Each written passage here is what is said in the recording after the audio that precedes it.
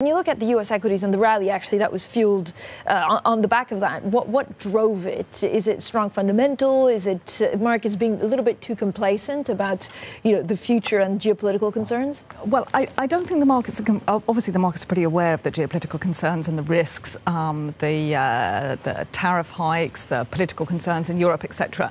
But I think there's a few things. I mean, earnings have still been very good. You saw the PMI reports out for Europe, which have been reasonably good as well.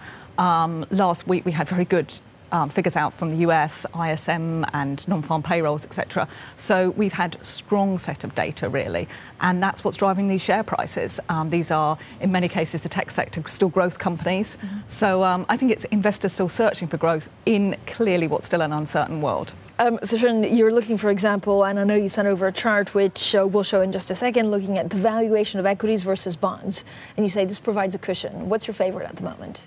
I think the thing is with Europe is if you're investing in very, very safe bonds, like German bonds, you're almost guaranteed a negative real return because inflation is above where those bond yields are at the moment. So you're guaranteed a negative return, although those are pretty safe assets. So if you suddenly see a problem in a particular country or you suddenly see profits fall, then your capital base is very, very safe. But you're not going to make very much return, or indeed any return, probably a negative real return. So people are looking toward equities to give them some profitability, some return. Now, earnings for European companies have also been OK this year. We think they're likely to be about 10% earnings growth, which is a pretty good year for Europe. So despite all the political risk, companies are getting on with it, as it were, and still making money and making profits.